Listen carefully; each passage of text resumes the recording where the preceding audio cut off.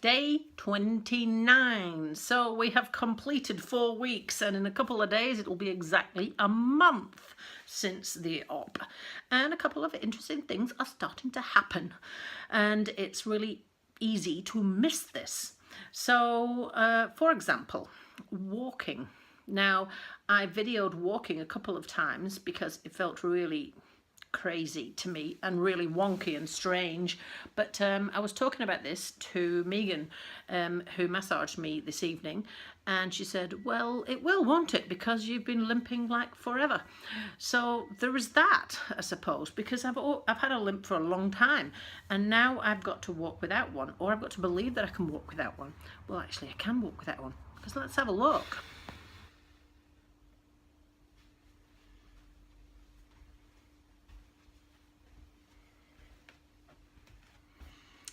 Now, it doesn't feel quite normal, but I think it looks normal.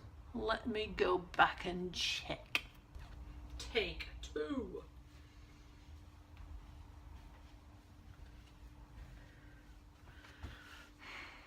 Takes a wee bit of concentration because one leg feels fatter and stiffer than the other leg.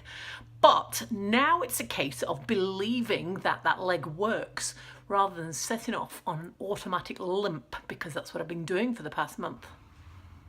I'm doing my exercises like a crazy person because I'm very motivated to get that extra 5 degrees. And when I started the heel slide exercises, and I do them 4 or 5 times through because they get better each time I loosen it up, the first time I did it, it felt better than it has done the last couple of days. So I'm hoping that will continue. So each time I start, it's slightly better and gets slightly better, and then it gets better and better. That's my hope. I also discovered that I had been sitting on the couch like this, like a normal person, for about half an hour without a problem. Now, I would never have chosen to do that pre-op because it hurt my knee. I used to sit with my legs straight out. But then I found myself doing this.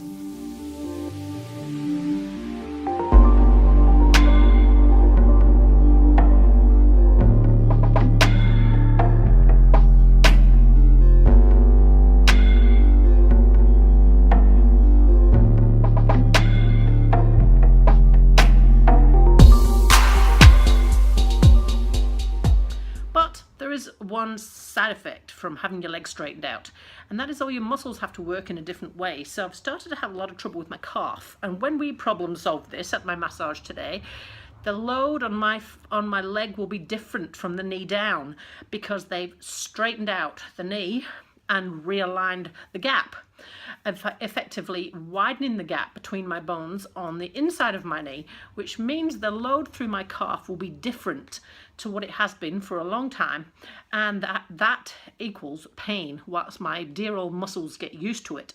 So yes, I'm feeling I might have to get my orthotics adjusted, but I'm not going to do it just yet.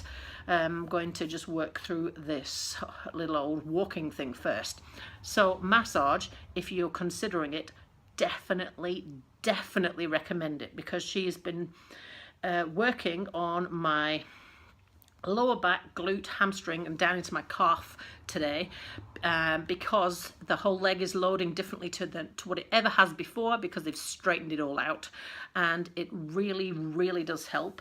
Now, it's usually a difference from massage. Usually you would get pain first before you see some improvement if it's a deep tissue massage, but I've been finding that I've had instant results after having massages after my operation on how well I can walk, and it really has been quite incredible. So I'd highly recommend it if you're in this position and are wondering whether you should. Just make sure your massage therapist is deep tissue massage trained, and I would avoid areas that are swollen or are still bruised. But other than that, you're good to go. So I have to say, for the first time in a little while, I'm feeling a bit more positive, because there's a lot of little small things that I can do that I couldn't do before. There's a lot of things that I used to be able to do that I can't do still, but things are improving. I'm still working on these exercises, and I'm hoping that my new over the shoulder hamstring curl thing will improve my flexion next week. It's certainly working my flipping triceps with tricep dips. I'm having to use both arms because, man, it hurts like a good one. But I am feeling a lot better about everything than I have for a wee while. I can sleep on my side. Turning still hurts a little bit. But what I'm finding now is that I'm not looking for the next 6 hours to end so I can take more painkillers. It's actually not hurting when I'm not using it. It only hurts when I am doing the flexion exercises. It doesn't hurt to stand on it. It's uncomfortable to walk on it.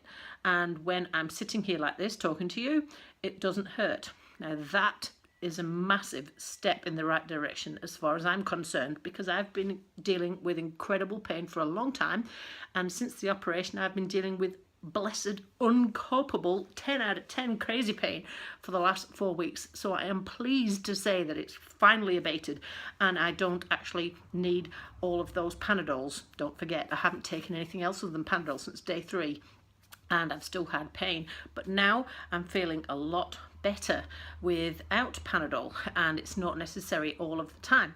So that is also good news.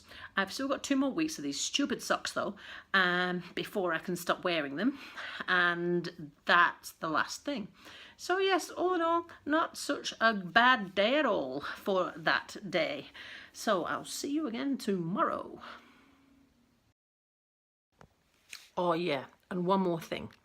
I'm getting around the house without crutches at all now, so I think it won't be long before I can venture outside without crutch.